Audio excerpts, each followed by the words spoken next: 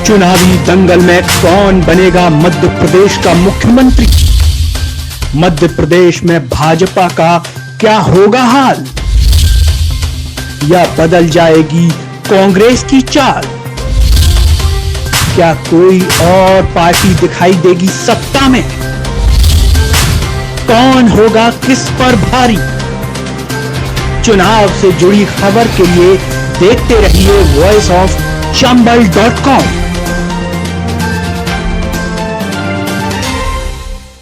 नमस्कार मित्रों, मैं हूं मयंक दुबे और बुंदेलखंड का चुनावी महासंग्राम जारी है। 28 को मतदान है और 11 दिसंबर को यह तय हो जाएगा कि मध्य प्रदेश में कौन किस पर भारी और किसकी सरकार आएगी।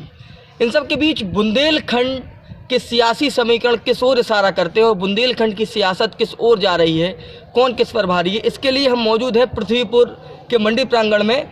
चूँकि ये बड़ी रोचक सीट है, इस सीट से कांग्रेस के बृजेंद्र सिंह राठौर और समाजवादी पार्टी से शिषपाल यादव, तो वहीं भारतीय जनता पार्टी से अभय यादव को प्रत्याशी बनाया गया है, जो पूर्व जिलाध्यक्ष भी रहे हैं और पिछले 10 वर्षों से संगठन को मजबूती दे रहे थे। इन सब के बीच पृथ्वीपुर के सियासी हालात क्या हैं, उन पर बात करने के लिए स्वराज एक्सप्रेस के पत्रकार हमारे साथ मौजूद हैं। हेमंत, क्या स्थिति है यहाँ पे? बिल्कुल, देखिए हम आपको बता दें यहाँ के जो समीकरण है और जो यहाँ पे स्थिति है वो असमंजस की स्थिति बनी हुई है। हम बात करें अगर कांग्रेस की, तो कांग्रेस से जो पूर्व विधायक हैं बृजेंद्र सिंह राठौर को यहाँ से टिकट दिया गया है और ये 4 बार से यहाँ पे विधायक रहे हैं। कांग्रेस पार्टी ने एक बार फिर इन पे दाव लगाया है, तो कहीं ना कहीं इनका जो ज़मीनी जनाधार है, इनका अच्छा जनाधार है। और जो भारतीय जनता पार्टी के जो प्रत्याशी हैं अभय यादव, ये टीकमगढ़ के हैं, तो टीकमगढ़ के होने के नाते ये विधानसभा पृथ्वीपुर में आती है, तो बाहरी प्रत्याशी का भी कहीं ना कहीं इनको खामियाजा भुगतना पड़ रहा है। और समाजवादी पार्टी ने शिषपाल यादव को यहाँ से मैदान में उतारा है और शिषपाल यादव लगातार 5 वर्षों से अधिक क्षेत्र की जनता से जुड़े हुए हैं। इससे अभी जो मुख्य मुकाबला है वो बृजेंद्र सिंह राठौर कांग्रेस और समाजवादी पार्टी के शिषपाल यादव के मध्य देखा जा रहा है। कुल मिला के ये जो समीक्षा थी, इससे बुंदेलखंड के सियासी हालात को आप समझने की कोशिश करेंगे। पहले बुंदेलखंड की पृष्ठभूमि को समझ लिया जाए। बुंदेलखंड के 7 जिलों में कुल 26 विधानसभा क्षेत्र हैं और 2013 के चुनाव के दौरान इन 26 में से 20 पर भाजपा का कब्जा था और 6 पर केवल कांग्रेस थी। लेकिन फिलहाल न केवल पृथ्वीपुर की बात करें, पूरे बुंदेलखंड में सियासी समीकरण बिगड़े हुए हैं। भाजपा की जमीन कहीं ना कहीं धसकने की ओर है। इन सारे जिलों का सिलसिलेवार तरीके से हम अध्ययन करेंगे, कहाँ क्या स्थिति है, उसी तरीके से बताने की कोशिश करेंगे कि क्या स्थिति है। सबसे पहले हम छतरपुर जिले की बात कर रहे हैं। छतरपुर जिले की जो स्थिति है, छतरपुर जिले में जिस तरीके से कांग्रेस के ही जो सत्यव्रत चतुर्वेदी थे, जिनको स्टार प्रचारक बनाया गया था, बावजूद उसके जब उनके बेटे को राजनगर से टिकट नहीं दिया गया, नितिन चतुर्वेदी को, तो उन्होंने समाजवादी पार्टी का हाथ थामा और उन्होंने खुलकर ये बोला कि मैं समाजवादी पार्टी का खुलकर समर्थन करूंगा। उनके एक बयान के बाद उनके जितने भी शागिर्द थे कांग्रेस में, चूंकि बुंदेलखंड के कद्दावर नेता माने जाते थे, तो समाजवादी पार्टी को कहीं ना कहीं उनके इस बयान के बाद काफ़ी फायदा मिला है।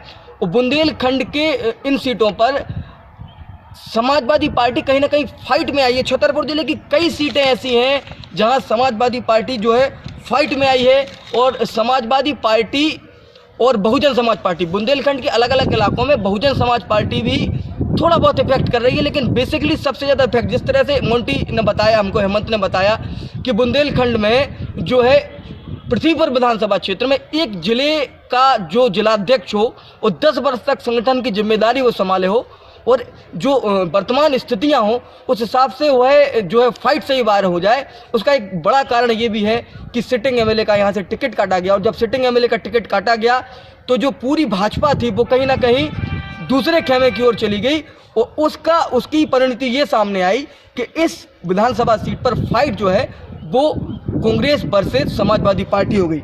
इसी तरह पन्ना की भी हम बात करें, पन्ना में कुसुम मेहदले, जिस तरीके से कुसुम मेहदले ने ट्वीट किए, लगातार कुसुम मेहदले को प्रत्याशी नहीं बनाया गया, उसके बाद जिस तरह से उनका विरोध देखने को मिला और लगातार वो पन्ना में विरोध कर रही हैं। तो पन्ना जिले की जो स्थिति है, पन्ना सीट से बृजेंद्र प्रताप सिंह यादव कैंडिडेट हैं और शिवजीत सिंह कांग्रेस से कैंडिडेट हैं। इन तीनों सीटों पर मुकाबला काफ़ी रोचक है, लेकिन पन्ना सीट पर टीकमगढ़ से पिछली बार समाजवादी पार्टी से लड़े चरण सिंह पहुंचे हैं। चरण सिंह यादव इस बार पन्ना में अपनी जोर आजमाइश कर रहे हैं और पार्टी बदल गई है उनकी, अब वो बहुजन समाज पार्टी से हैं।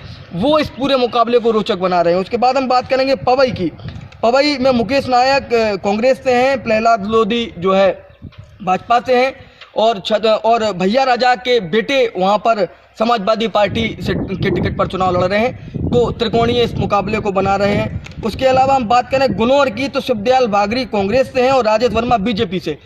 इनमें सीधा मुकाबला भाजपा और कांग्रेस के बीच है। लेकिन जो विशेषज्ञ हैं वो ये कह रहे हैं कि मामला थोड़ा सा कांग्रेस के पक्ष में ज़्यादा दिखाई दे रहा है। अब चूंकि समय है, 2-3 दिन का वक्त है, तो किस तरीके से पूरा मैनेजमेंट होता है वो अब देखने वाली बात होगी। छतरपुर में आलोक चतुर्वेदी और क्या कहते हैं पज्जन भैया और अर्चना गुड्डू सिंह। आलोक चतुर्वेदी पिछले मरतबा केवल 2000 मतों से ही चुनाव हारे थे और इस बार भी जोर आजमाइश कर रहे हैं। भाजपा के पुष्पेंद्र सिंह गुड्डू जो जिलाध्यक्ष हैं, उनकी पत्नी है, नगर पालिका की अध्यक्ष हैं अर्चना सिंह, उनसे सीधा मुकाबला है। मुकाबला काफ़ी कांटे का, रोचक भी रहेगा। अब ऊँट किस करवट बैठता है ये तो मतदाता ही तय करेंगे, हम नहीं बता सकते। महाराजपुर की बात की जाए तो महाराजपुर से मानवेंद्र सिंह जो पुराने माहिर खिलाड़ी हैं, राजनीति के, कांग्रेस से पूर्व मंत्री रहे, भाजपा का दामन थामा है, भाजपा के टिकट पर चुनाव लड़ रहे हैं। उनके खिलाफ कांग्रेस की ओर से नीरज दीक्षित को उतारा गया है। यहाँ पे भी जो बहुजन समाज पार्टी से राजेश महतो हैं, माफ कीजिएगा समाजवादी पार्टी से राजेश महतो है, वो सबका खेल बिगाड़ रहे हैं। और राजनगर सीट सबसे ज़्यादा जो सुर्खियों में सीट है वो राजनगर सीट है।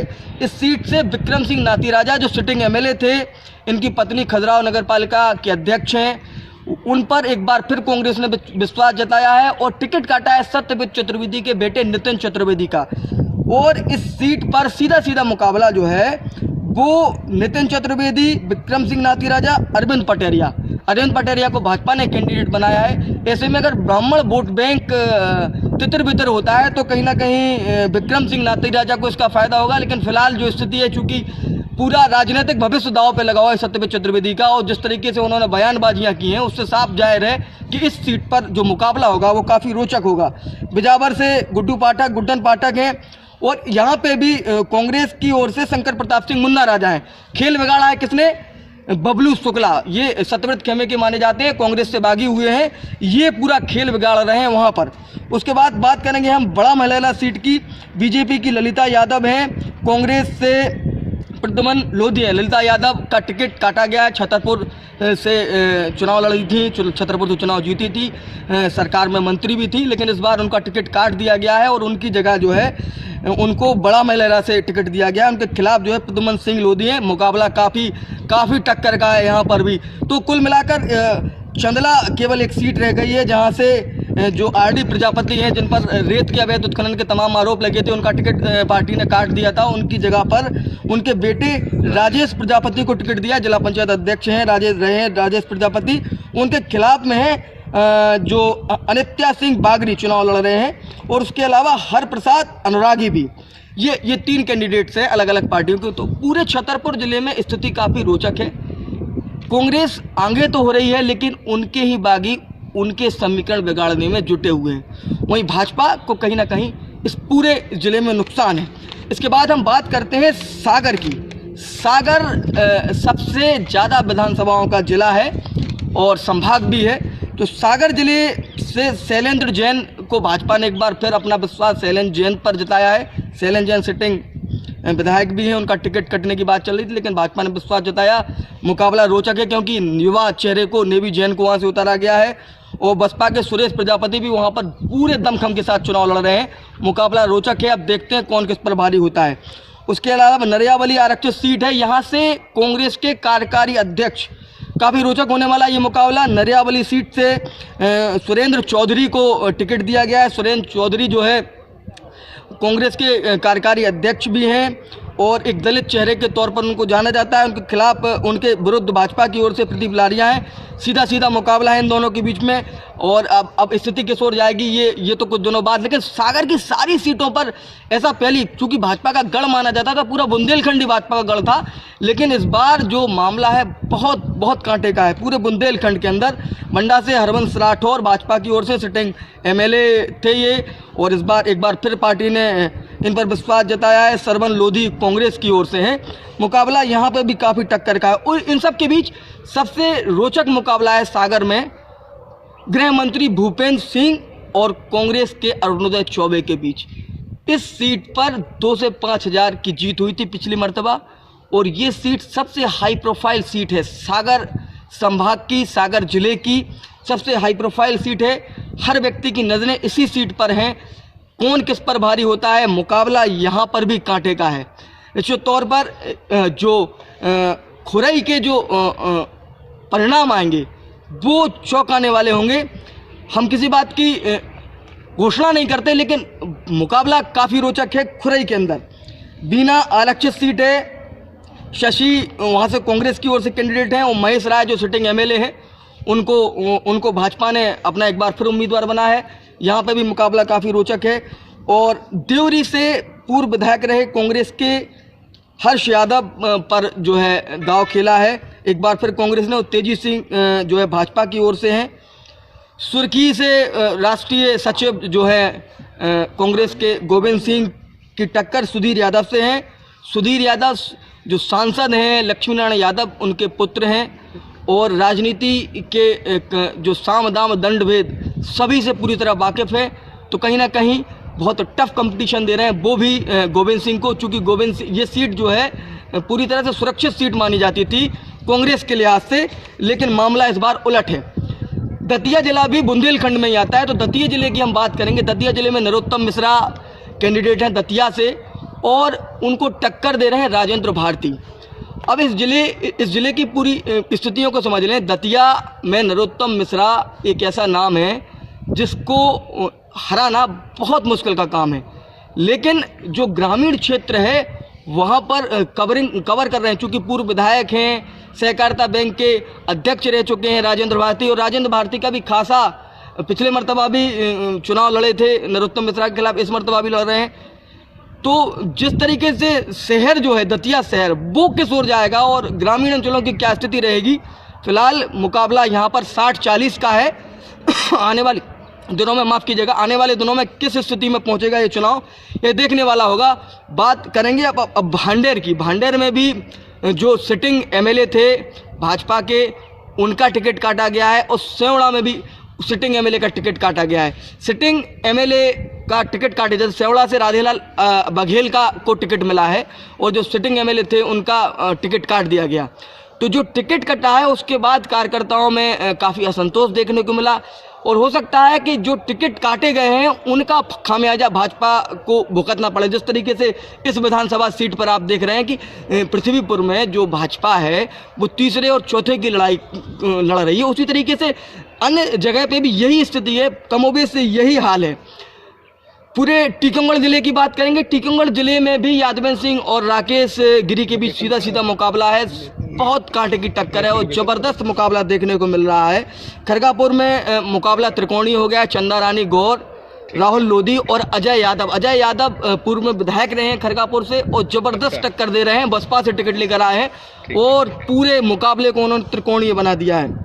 जतारा में एक तरह से कांग्रेस की ओर से क्लीन स्वीप दिया गया है और हरिशंकर खटीक जो है एक सशक्त कैंडिडेट के रूप में सामने आए। निवाड़ी जिले की एक सीट पर हम पृथ्वी पर चर्चा कर चुके हैं और निवाड़ी में भी कांग्रेस ने जिस तरह से बाहरी कैंडिडेट को टिकट दिया उससे कांग्रेस पूरी तरह बैकफुट पर चली गई है और मुकाबला सीधा सीधा अनिल जैन और जो समाजवादी पार्टी के प्रत्याशी हैं मीरा दीपक यादव उनके बीच में है। कुल मिलाकर पूरा जो रण है वो इन्हीं दोनों के इर्द गिर्द घूम रहा है।